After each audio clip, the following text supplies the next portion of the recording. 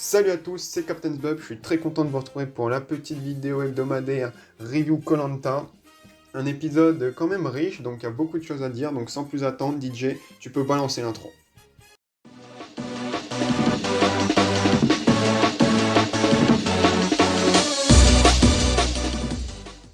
Et donc nous nous retrouvons pour cet épisode 9, un épisode qui va directement commencer, voilà, avec, on va voir les réactions suite à l'élimination de Namadia, et sur le coup on va voir un petit peu les garçons qui sont mauvais perdants, enfin mauvais joueurs, voilà, du fait d'avoir perdu leur ami, notamment Laura en mode mais pourquoi t'as joué ton amulette, tu l'avais mérité, alors que voilà, c'est un petit peu du...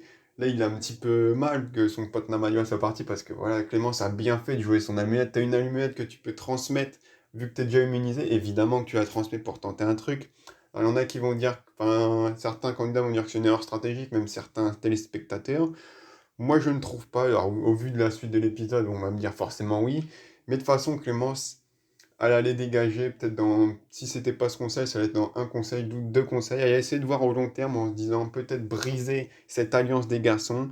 C'est sûr que Namadia, c'était pas le choix le plus opportun. Ça aurait fait beaucoup plus mouche si ça aurait été un Laurent qui serait sorti ou un Claude. Mais comme elles l'ont dit très bien les filles, elles expliquent ce vote Namadia car il avait déjà un vote contre lui au vu de sa dernière place à l'épreuve de la grille sous l'eau. Donc Namadia, il peut s'en prendre un petit peu à lui-même également s'il a perdu, car c'est bien d'avoir un bon social et tout, mais faut quand même être performant aux épreuves, on va pas se mentir, c'était pas son koh où il était très performant. Voilà, pour lui qui se revendiquait lors de sa dernière saison, ah, c'est le sport avant tout, koh qui gueulait sur les vieux, bah là il n'a pas été très performant, donc il le paye malheureusement. Donc les projecteurs vont vite se braquer sur Clémence qui est un petit peu dans la sauce, voilà, directement. Claude qui veut dégager Laurent, pareil, qui veut le dégager Clémence. Et du coup, on a les filles qui se regroupent, donc c'est un petit peu marrant vu qu'on a toutes les filles qui se regroupent, donc Alexandra, Alix, Clémence, Cristal, j'ai bugué, et Jade, mais ils se regroupent, mais ils sont pas vraiment unis vu qu'entre eux il y a des tensions et ils votent pas ensemble. On a, je dirais, Cristal, Jade d'un côté qui sont unis. De l'autre, on a Alexandra, Alix, et au milieu, on a un petit peu Clémence. On a Alix qui va promettre, qui va remercier Clémence, lui promettre de jamais voter pour elle. On sait tous très bien ce qui est arrivé, hein. Enfin bref. Du coup, on a Namadia qui va débarquer sur l'île des Bannis, rejoindre Kumba. Kumba qui m'insupporte de plus en plus, même si je l'aime beaucoup, voilà, au vu de ses autres koh mais elle me saoule un peu dans cette aventure. Et donc, ils vont s'expliquer, Kumba qui arrête pas avec son délire de vengeance, de retrouver Clémence et tout pour aller la battre. Du coup, on va voir l'épreuve qu'il faut former une sorte de vague. Alors, au début, j'ai bugué un peu parce que j'avais l'impression qu'ils mettaient tous les morceaux, de sorte qu'il n'y avait plus de place, ils pouvaient plus en mettre, mais il leur restait quand même deux trois morceaux. Du coup, je comprenais pas trop comment ils pouvaient les mettre. Enfin bref, au début, j'ai cru que Kumba allait quasiment one-shot l'épreuve, vu que sa vague était bien partie, mais au final, non, ça a pris un petit peu plus de temps, mais on voyait que Namadia était dans la sauce. Et finalement, il est éliminé, donc quasiment à la même place que lors de son édition précédente. Enfin, il a fait même un petit peu moins bien, vu que lors de son édition, il avait fini, je crois, 12e et là 13e. Enfin, du coup, il avait été éliminé au deuxième conseil, là au premier. Donc voilà, Namadia qui est quand même une révélation de ce koh pour certains, voilà, et on va pas se mentir, il a été très divertissant, très marrant, on l'a redécouvert d'une certaine manière. Mais voilà, c'est un petit peu un koh mitigé, je dirais. Il se fait un petit peu avoir comme un bleu, j'ai envie de dire, et sur le plan sportif. C'était vraiment pas ça. Alors, il y en a qui vont dire que c'est pas très grave, le sportif, il n'y a pas que ça. C'est vrai, mais là, c'est ce qui cause directement son élimination d'une certaine manière. Si ça aurait été, je sais pas moi, Laurent qui aurait été dernier avec un vote, bah, les filles auraient voté pour lui. Après, les candidats vont trouver du coup sur leur plage la cible pour le tir à l'arc, donc on le savait très bien. Et là, c'est assez marrant, t'as tout le monde qui essaye et qui rate, qui se fait et tout. Et t'as Phil qui est un petit peu plus loin avec Christelle qui fait voilà, c'est du cinéma, ils font tous semblant et tout. Et puis quand ça va être le jour de l'épreuve, et là, ils vont tous réussir. Et c'est vrai, il n'y en a aucun qui a, je crois, loupé une flèche qui n'a pas touché la cible. Et du coup, c'est parti pour cette épreuve qui, on le sait, est source de tension. On se souvient tous du seum d'Alexandra lors de l'édition de l'île des Héros. Et ça commence avec Jade, je crois, qui gagne la première manche et qui va... Elle m'a fait trop rire, mais elle m'a un petit peu saoulé, mais je l'adore, Jade, donc forcément, je suis un petit peu biaisé. En mode, elle savait pas trop, et d'un coup, hop, comme par hasard, Alix, non, oui, c'était Alix, je crois. Non, c'était Clémence, pardon. Hop, comme par hasard, Clémence, et pour justifier, elle fait: «Oh, je me suis penchée et j'ai vu ta tête». Oui, bien sûr, c'est pas du tout visé, hein, évidemment. Et du coup, Clémence qui est directement éliminée. Après, je me souviens plus trop, mais rapidement, on va voir toutes les filles qui ont été éliminées, plus Phil. Et du coup, voilà, Denis qui rajoute une couche en mode: «Oui, toutes les filles sont éliminées, il reste plus que des garçons». Oui, pourquoi pas, j'ai envie de dire. Même si on a vu que voilà, Jade a éliminé elle-même une fille, donc c'est pas que les garçons qui ont éliminé des filles. Sam qui va gagner 5 manches, je crois, quasiment une sur deux. Et qui, voilà, sur cette épreuve, il n'était pas bon d'être l'ami de Sam, puisque voilà, Sam qui va éliminer Phil. Justification, c'est mon ami, je sais qu'il va comprendre. Alors en soi, oui, c'est vrai qu'il vaut mieux éliminer quelqu'un que tu sais qui va pas t'en vouloir que quelqu'un qui possiblement va s'énerver et va te voter après. Mais là, j'avoue, en plus, juste avant, Phil a limite craqué en mode je veux voir parler à ma fille et hop, je t'élimine direct. Je pense qu'il y avait mieux à faire. Et derrière, il élimine pareil son pote Loïc. Oh, c'est mon pote, je l'élimine. Après, voilà, franchement, les éliminations, c'était téléphoné. Quand ils étaient plus que six, je savais que ça allait être Hugo, après Loïc, après Laurent, et après, j'étais sûr que Sam allait choisir Théoura pour la finale. Et du coup, Claude qui se vénère un peu en mode non, c'est pas moi qui étais le plus près, mais de toute façon, on le sait que Sam T, c'est son idole, hein. Là, c'était incroyable. Et du coup, grâce à cet épisode, on a vu enfin T et Sam qui étaient portés disparus depuis peut-être 3 4 semaines. Là, c'était entre guillemets leur épisode, vu qu'on a vu beaucoup, on les a vus beaucoup. Du coup, la finale, je l'ai senti venir à 10 kilomètres que T allait comme par hasard gagner, que Sam qui cartonnait là allait se rater. Je l'ai vu à des kilomètres. Et je suis sûr qu'au fond de lui-même, Sam est content que ça soit Tay qui gagne. Je suis sûr qu'au fond de lui-même. Même au début, je me suis dit non, il va quand même pas faire exprès. Je pense pas qu'il a fait exprès, mais je pense qu'il était pas autant motivé que pour les autres manches. Je suis sûr que ça lui a fait autant, voire même plus plaisir que ça soit Tay qui gagne que lui. Et du coup, Tay qui va choisir Sam. J'ai cru que ça allait faire un petit drama avec Claude, mais au final, non. Donc ça fait comme pour l'île des héros, ils vont avoir une grosse récompense. Et j'ai cru que ça allait jamais s'arrêter. Il y a Denis qui fait: «Ouah, vous avez le droit à avoir un gros repas, plus des collations, plus un cinéma, plus du popcorn, plus appeler vos proches». J'ai cru que ça allait jamais se terminer le bordel. Et du coup, ils vont partir. Et là, à ce moment-là, j'ai eu très peur parce qu'il devait être peut-être 22h40, 22h30.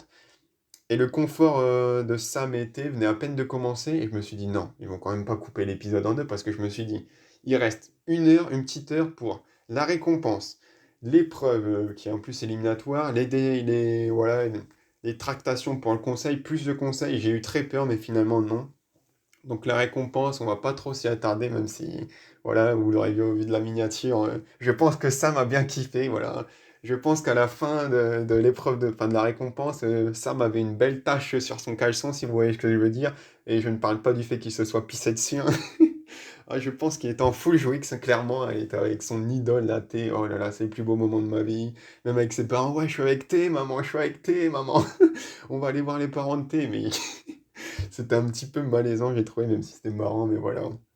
Et du coup, le cinéma, j'ai trouvé ça un petit peu dommage, vu que ouais, Denis a dit que c'était un film spécial. J'aurais trouvé ça cool que ça soit genre une projection peut-être de la première saison, enfin d'un des épisodes de la toute première saison de koh en mode ils découvrent, et même les téléspectateurs, pour montrer un petit peu la vieille époque. Là, du coup, c'était un best-of, on va dire, des moments forts de T et Sam, enfin surtout de T, hein. Du coup, voilà, on les connaît par cœur, on la connaît par cœur, l'épreuve de la poutre, où il bat Martin, on l'a vu 15 000 fois. Alors, il a dit quelques petits arguments, enfin, quelques petits commentaires en mode Martin lui soufflait dans la nuit. Mais voilà, à part ça, c'est pas grand-chose. Limite, ça aurait été bien de montrer des petits passages de marrants ou inédits qu'on n'avait jamais vus, ou même, ouais, des trucs marrants, genre T qui se fait éliminer alors qu'il a deux colliers. Et du coup, voilà, ils vont bouffer leur petit popcorn. Mais voilà, Sam, c'était un gosse qui était un gamin de 5 ans qui allait dans un magasin de jouets à Noël. Il a les yeux, mais incroyable, vous regarderez. Après ça, on va rapidement avoir l'épreuve d'immunité, du coup, qui va être l'épreuve où il faut se construire une petite canne avec deux bâtons et des cordes et rattraper un collier. On est arrivé à un point que tellement les candidats savent ce que c'est les épreuves, qu'il y avait déjà Laurent qui s'entraînait à construire une canne. C'est un délire. Alors je sais pas vous, mais moi, je préférais l'époque où les mecs, alors soit s'en battaient les couilles, ou soit ne savaient pas ce que c'était l'épreuve. Mais je sais pas, il faut faire un truc dans les intitulés en mode que ça soit plus mystérieux parce que là, ils devinent tout, tout, tout, tout.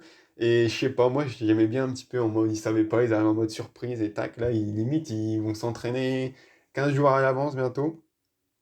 Du coup, l'épreuve qui était vraiment une petite épreuve, et du coup, ça justifie que ça soit une épreuve éliminatoire, vu que clairement, sinon, ça serait terminé en 30 secondes. Je pensais qu'il y aurait eu une sorte de petit parcours pour faire jouer un petit peu, mais non, c'était direct, tu prends tes bâtons, tu construis ta corde et tout.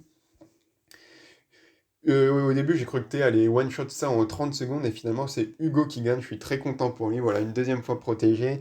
Et au moins, quoi qu'il arrive, il repartir avec un totem de cette aventure, avec son nom inscrit dessus. C'est la classe, hein, qui a très bien fait. Oui, j'ai eu très peur pour Claude. Je me suis dit, oh, Claude, ce genre d'épreuve, finalement, il finit dans cinquième, juste après Théora, je crois. Après, j'ai eu très peur pour Jeanne, parce que ça, c'est l'épreuve à la con où tu peux perdre un de tes candidats que t'adores. Elle réussit. Et après, voilà. J'ai eu peur pour Christelle, et même j'étais prêt à me dire, ah c'est bon, c'est Christelle. Et finalement, Christelle qui fait une remontée de malade, et ce qui, sur le fil, bat Alexandra. Alexandra éliminée. Je vous avoue qu'Alexandra, c'est pas ma candidate préférée, je vais pas mentir. Mais au vu de son parcours, de son aventure, que je trouve très méritante, oui, j'ai dit mérite, hein, vu que voilà, elle connaissait pas grand monde, elle était pas dans un gros groupe, elle était pas dans la clique à Claude et Laurent, comme disent certains. Je pensais qu'elle allait se faire sortir très tôt. Elle a réussi à faire son petit bonhomme de chemin, faire des petits coups d'éclat. Et du coup, ça fait un peu chier de l'avoir éliminée là, mais bon, c'est les épreuves éliminatoires. On va avoir un petit débat du coup sur ces épreuves. Clairement, je suis pas fan de ces épreuves qui peuvent retourner les jeux et qui niquent l'aventure d'un candidat juste sur une épreuve. Il suffit que tu te choques une épreuve alors que voilà, il y a un gars qui va peut-être juste réussir celle-là, toutes les autres il va finir dernier, mais juste parce que celle-là c'était l'épreuve à pas manquer, bah voilà. C'est un petit peu le même reproche qu'on fait avec les poteaux, mais bon, je trouve que c'est trop punitif. À la limite, ça serait juste un bulletin en plus. Là, je veux bien. Mais bon, voilà, je préfère moi qu'il y ait moins de candidats par saison. Genre là, je sais plus, ils étaient 20. Je préfère qu'il y ait 18 candidats, mais qu'on n'ait pas d'épreuve éliminatoire. Surtout que là, on va s'en retaper une deuxième juste avant, pour le dernier conseil. À la limite, s'il n'y en a qu'une, je veux bien. Deux, là, ça va me saouler un petit peu. Après, voilà, Alexandra a une deuxième chance vu qu'elle est sur l'île des bannis. On voyait Loïc très ému et franchement, pourtant j'aime pas Loïc, mais ça m'a fait un peu de la peine pour lui. Loïc qu'on n'a pas beaucoup vu et à chaque fois qu'on le voit, c'est pour parler de Bertrand Camel, j'ai envie de dire, je sais pas, mais enfin bref, j'ai rien contre Bertrand Camel évidemment, hein. Ensuite, du coup, Alexandra qui fait ses adieux et qui va rejoindre Kumba où c'est un petit peu tendu entre elles à cause de Namadia. Et du coup, combat qui m'a fait délire en mode, ah, j'aimerais trop que ça soit Clémence qui arrive comme ça, boum, d'une pierre deux coups, là. Après, on va avoir le conseil, et du coup, t'as Alix, elle est sur une autre planète, elle est en mode, elle se balade tranquille, ouais, je suis pas en danger. Meuf, t'as pris je sais pas combien de votes au dernier conseil contre toi, t'aurais pas eu l'amulette, tu serais dégagé, t'es pas dans une alliance forte, de où tu crois que t'es pas en danger? Pendant un moment, j'ai cru que les filles allaient tenter un truc en éliminant Loïc, et j'aurais kiffé. Finalement, non, ça s'est pas fait et on comprend clairement que ça va se jouer entre Clémence et Alix, même si j'ai cru au dernier moment qu'il allait peut-être avoir une surprise avec un des gars, peut-être, mais finalement, non. Et j'ai vu les votes 5-5, et là j'ai vu le sixième, je savais que c'était Clémence. D'où le titre, je suis dégoûté encore, parce que sur cette aventure, j'aime beaucoup Clémence, je trouve qu'elle a, depuis le premier épisode, le premier jour, elle est en danger, comme elle dit, elle s'en sort. Enfin, elle s'en sort plus du coup. Alors, il y en a qui râlent parce qu'elle retourne une deuxième fois sur l'île des bannis, mais c'est le principe voilà, c'est le principe du twist de cette saison. On va pas permettre seulement d'aller à l'île, c'est soit tout le monde peut aller à l'île des bannis, soit seulement certains, et à ce moment-là, c'est pas équitable, donc non. Donc voilà, RIP Clémence, j'ai envie de dire. Et la semaine prochaine, du coup, déjà l'épreuve, enfin les duos, je pensais que ça allait être dans 2 semaines, mais finalement non. J'ai hâte, franchement j'ai hâte parce que ça va foutre du bub. Parce que clairement, si ça aurait été encore solo, là, ça aurait été Alix qui serait dégagé ou peut-être Christelle. Là, ça va mélanger. Et puis Laurent qui dit en plus que dans chaque binôme, il y a quelqu'un qu'il aime. Bon, ils disent tout le temps ça, mais finalement, ils dégagent quelqu'un. Mais là, ça, on voit, et franchement, l'épreuve des aveugles, j'ai hâte de voir ça. Parce que le teasing, franchement, limite, j'ai envie de le retrouver, mais j'ai pété des barres en mode. T'as l'impression que tout le monde s'insulte sa daronne. Je crois que c'est Sam qui gueule comme un malade. T'as je sais plus qui fait oh, elle me gave, je sais plus quoi. T'as Phil qui rentre dans je sais plus qui fait tomber une des filles. Ça va être le bordel, franchement, j'ai hâte. Pourtant, c'est pas une épreuve que j'aime beaucoup, mais j'ai hâte, franchement. Ça a l'air trop marrant. Donc voilà, n'hésitez pas à me dire ce que vous avez pensé de cet épisode, à me mettre un petit like si ça vous avez plu, ou à vous abonner. Et je vous dis à la prochaine pour une prochaine vidéo. Bye bye!